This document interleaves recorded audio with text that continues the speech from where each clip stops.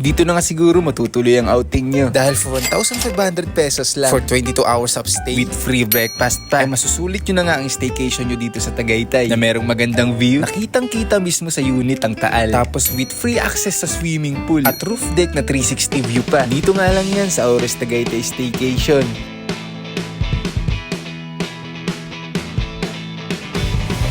As you can see, sa halagang 1,500 pesos, na-avail namin ang unit na to. Napakalaki talaga para sa 2 packs. Kaya naman kung gusto nyo pa magdagdag ng kasama, ay mag-add lang kayo ng 300 pesos per head. Sulit din talaga, lalo na sa laki ng unit. At unang bumungad nga sa amin dito ay napakalinis at napakabango. At isa din pala sa nagustuhan ko dito, ang balcony, nakitang-kita nyo talaga ang Taal. Dahil nasa 19th floor nga kami, mas nakaka-relax talaga pag ito bubungad sa'yo. Meron nga din pala sila ditong PSP Gaming na maraming pwedeng pagpilian kung anong gusto nyong laro. At syempre, hindi mawawala ang board game. Dito naman tayo sa mga inclusions nila. Free access sa Wi-Fi and Netflix. Pagdating naman sa bathroom nila, meron na rin sila ditong free body wash, shampoo, and conditioner. Provided na rin pala yung mga towel nila. At kung magluluto naman kayo dito, kompleto na rin yung mga equipments nila sa kitchen. Meron na rin sila ditong microwave, ref, at rice cooker. At pag-akyat nyo naman dito sa roof deck, ay dito nyo talaga makikita lahat ng magandang view sa taas. Mapa city light o Taal view. Sakto nga lang yung akyat namin dahil kami lang yun nandito. At nasolo talaga namin. At sakto ding hindi mainit at malamig talaga yung panahon. Kaya sobrang sulit talaga. Inaantay pa nga namin dito yung sunset para mag-picture-picture. At kung gusto nyo naman mag-swimming, ay makikita nyo na sa baba dahil nandito lang po to sa area ng lobby. At para nga po sa mga magtatanong kung meron nga bang pag-kiddie pool, yes po,